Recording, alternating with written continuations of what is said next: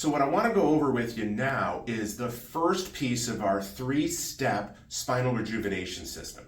And what this first step involves is spinal decompression.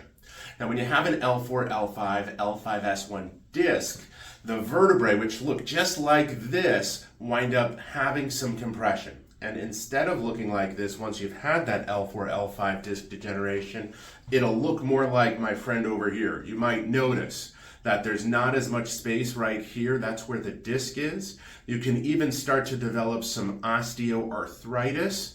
And then to me, the most significant piece is that you notice how different these nerves are. This one over here is healthy, big, and plump, whereas this one is thinned out and compressed. Now, when it's compressed like this will cause you to have difficulty with pain and symptoms going down your leg that can really be debilitating. Our first steps on cases like this is to work on taking pressure off of that spine in those regions. Now we use a unique seated decompression to allow to do that, because in most things you do, that's the position that you're in. And for people who have severe disc irritations, they're more likely to be able to get to a seated position than any others. It's really gentle and it's safe and it's guided with you and one of our team members to help decompress that disc. Now there's two main factors that happen here. The first one is that as we elevate and spread out, open up the disc space, the nerve over here has less pressure on it too. So it helps to alleviate the pain and symptoms going down your legs.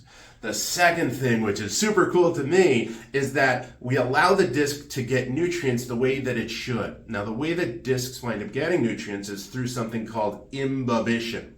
Why don't you guys go ahead and say that with me? That's a fun one, imbibition. And what that means is that it absorbs nutrients from the bones above and the bones below, but has no blood supply. When it has pressure on it irregularly, as a worn out disc can do at L4, L5, and L5S1, imbibition slows down and can be eliminated entirely. And that's why the disc degenerates. So taking the pressure off of the disc allows for nutrients that it needs to get into the disc and toxins to get out and removed, so you're in less pain.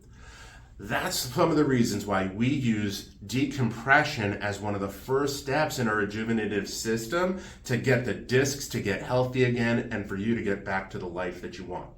In our next segment, we're going to go over how specific spinal adjustments help in this process.